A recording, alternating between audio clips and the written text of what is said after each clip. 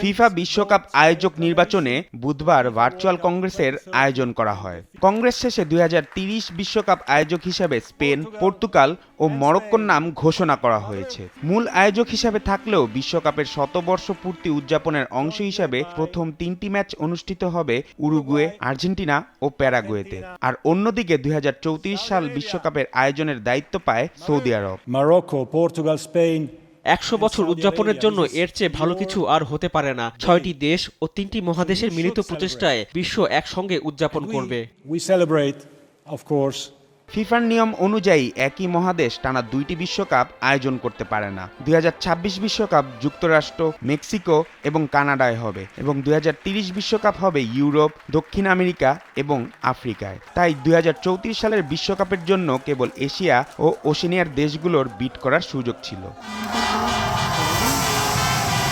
প্রাথমিকভাবে Australia bit করার ইচ্ছা প্রকাশ করলেও শেষ মুহূর্তে সরে দাঁড়ায়, ফলে সৌদি আরব একমাত্র প্রার্থী হিসাবে সামনে আসে। ভোটাভুটিতে কোনো প্রতিদ্বন্দ্বিতা ছাড়াই সৌদি আরবকে আয়োজক সত্ত্ব দেয়া হয়। তবে এই প্রক্রিয়ায় ফিফার স্বচ্ছতা নিয়ে প্রশ্ন তুলেছে নরওয়ে ও সুইজারল্যান্ড।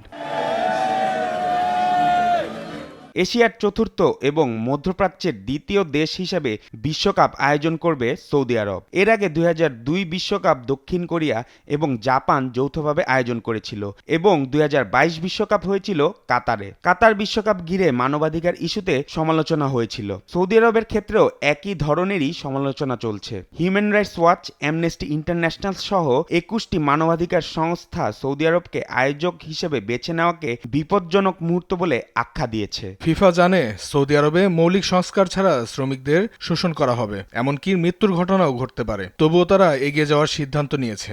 2034 সালে 48টি দেশ নিয়ে সৌদি আরবের একক আয়োজনের এই সিদ্ধান্তকে ঘিরে যতই বিতর্ক থাকুক না কেন, এটা নিশ্চিত যে বিশ্ব ফুটবলে মধ্যপ্রাচ্যের আধিপত্য দিন দিন বাড়ছে। জুবাইর নূর, স্পোর্টস ডেস্ক, দেশ টিভি। Saudi Arabia.